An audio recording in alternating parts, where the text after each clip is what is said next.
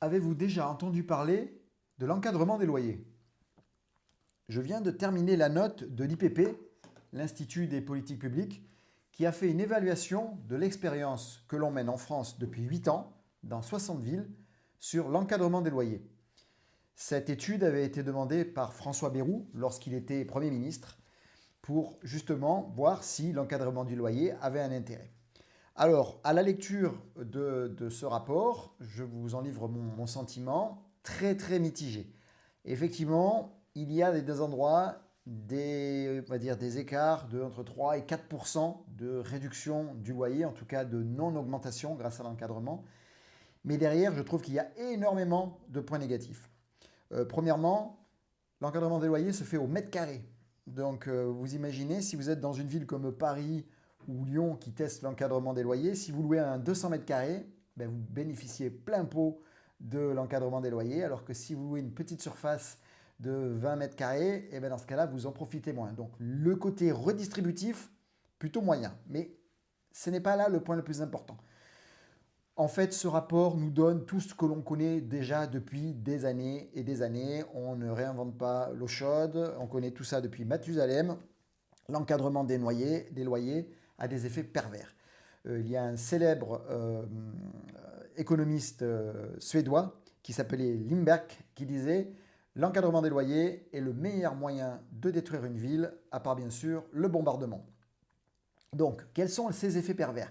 Eh bien, tout simplement, il y a une réduction de l'offre. Le rapport montre que dans les zones où on a appliqué l'encadrement des loyers, il est de plus en plus difficile de se loger. Alors que c'est plutôt l'inverse que l'on voudrait avoir. Ensuite, il y a un problème de maintien. C'est-à-dire, lorsque les loyers sont bloqués, les propriétaires ont moins tendance à faire des travaux. Et donc, on laisse le parc s'abîmer petit à petit et le bien est moins intéressant. Il y a la mobilité. On a ce phénomène de, on reste là où on est. C'est-à-dire si on est locataire dans un endroit où il y a un loyer qui est correct, on n'ose plus bouger. Donc en fait, il y a une prime à ceux qui ont déjà un emploi. Enfin, pardon, excusez-moi. Il y a une prime à ceux qui ont déjà un appartement. Et les autres qui cherchent à se loger, ne trouvent pas. Et cela pose aussi un problème de mobilité, puisque lorsqu'on a un appartement dans une ville, même si on a une offre d'emploi dans une autre ville, on se dit on ne sait pas si on va retrouver la même chose. Bon, ça c'est plus global par rapport à l'immobilier, mais l'encadrement des loyers pose problème. Voilà, ces encadrements de loyers, c'est pas nouveau. Des villes comme San Francisco, Berlin, ont fait ces tests il y a déjà de nombreuses années, le Massachusetts aussi, tout le monde y sont revenus. Voilà, donc aujourd'hui, je ne sais pas quelle sera la décision de l'État sur l'encadrement des loyers. Par contre, nous, chez Élysée Conseil, je vous rappelle, nous sommes un think tank et nous réfléchissons sur tous les enjeux économiques, sociaux et environnementaux de la France. Et nous travaillons aussi avec d'autres think tanks, puisque nous ne sommes pas les seuls à faire cela. La seule petite particularité que nous avons, c'est que nous essayons d'agréger toutes les bonnes idées de tous les think tanks avec qui nous travaillons, plus nos bonnes idées, pour préparer un projet de société pour la présidentielle 2027. Et là-dedans, je vais vous dire, moi je fais de l'immobilier depuis mes 23 ans. Ça fait un petit moment, vous calculerez avec mon âge. Et bien, je peux vous dire que la solution pour que les loyers soient plus bas, il y en a deux, et essentiellement fiscales. Savez-vous que sur un loyer, vous pouvez avoir jusqu'à 60 voire 80% d'impôts et de charges pour un propriétaire. Donc lorsque l'on dit que les loyers sont chers, en fait c'est l'imposition sur les loyers qui coûtent cher. Un petit peu comme l'essence. En ce moment, c'est la tendance de dire ah, le litre d'essence, il coûterait que 1 euro si on enlevait toutes les taxes. Bon, pour l'essence, on veut lutter contre les énergies fossiles, donc pourquoi pas, le signal prix est important. Moi, j'ai un mantra qui est on taxe ce que l'on veut éviter et on laisse faire, en France, on a tendance à sponsoriser ou à financer ce qu'on veut développer. Mais simplement taxer ce que l'on veut détruire, on taxe les loyers, on veut détruire la location. On taxe la construction avec la TVA essentiellement et aussi sur les terrains, ça c'est une autre discussion. Donc on veut détruire tout ce qui est logement. Ça c'est le premier point, les loyers sont hauts parce qu'il y a beaucoup de taxes. Le deuxième point, les loyers sont hauts puisque à cause de toutes ces taxes, quelqu'un qui investit, ça s'appelle investir dans l'immobilier, on en attend un rendement. Un rendement, c'est combien vous allez tirer chaque année de la location de votre bien. Ça fonctionne surtout dès que vous avez un investissement. Et là, on s'aperçoit que si les prix de l'immobilier continuent à s'envoler, comme ils l'ont fait depuis des années, eh ben, le rendement, si on veut rester autour de 3-4%, qui est, on va dire, le rendement sans risque, pour éviter que ce qui se passe aujourd'hui. Le rendement est tellement bas à cause des taxes, à cause de l'encadrement des loyers, à cause de la transition énergétique, que les investisseurs n'investissent plus dans l'immobilier. Personnellement, j'ai des biens immobiliers, je les loue. Je vous passe les problématiques. Alors on va dire, mettez-le en agence, mais prenez une assurance, mais il y a toujours des travaux à faire, on est toujours embêté. Aujourd'hui, vous prenez une obligation d'une entreprise, alors prenons une entreprise française du CAC 40, vous allez tout ressortir en rendement entre 5 et 6%. De peu que vous le mettiez dans un PEA, vous avez zéro imposition.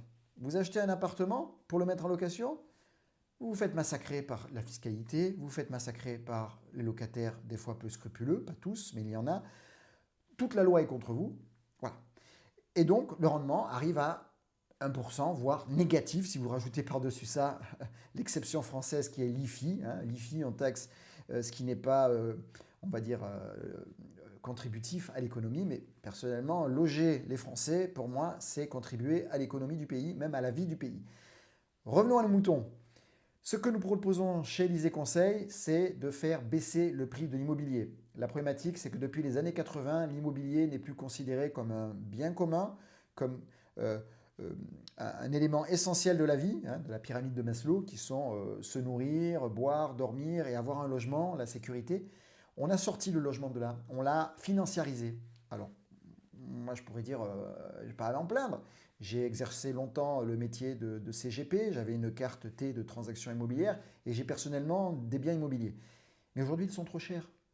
Alors ça fait plaisir aux personnes qui détiennent de l'immobilier, essentiellement les seniors et les CSP+, mais derrière, quand nos enfants, les enfants des propriétaires veulent se loger, c'est dramatique.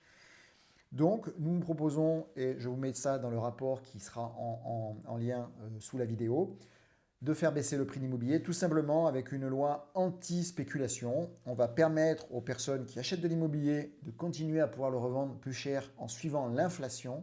Mais une fois que le prix du bien aura atteint le prix du bien d'achat, plus l'inflation, plus les travaux d'aménagement, le reste, c'est soit de la spéculation, soit de l'enrichissement indu. Typiquement, à Nice, dans ma ville, il y a des appartements situés en face de ce qu'on appelle la coulée verte, c'est-à-dire on a rasé des immeubles, des parkings, des choses qui n'étaient pas très agréables à l'œil et on l'a remplacé par quelque chose de très agréable, une coulée verte. Et bien là, les prix des appartements ont été multipliés par 2. Ce n'est pas parce qu'on a multiplié la surface par 2, ce n'est pas parce qu'on les a rénovés, c'est simplement l'action publique qui a mis en place cette plus-value. Donc cette plus-value est pour moi de la spéculation et nous la taxerons de façon importante.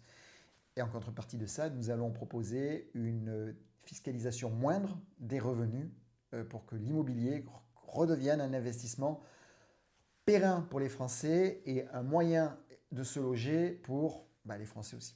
Voilà, écoutez, je vous remercie. Si vous avez aimé cette vidéo, n'hésitez pas à la liker, à la partager. N'hésitez pas non plus à vous inscrire sur le site d'Élysée Conseil pour connaître la suite et à nous encourager. Je vous remercie et je vous dis à bientôt.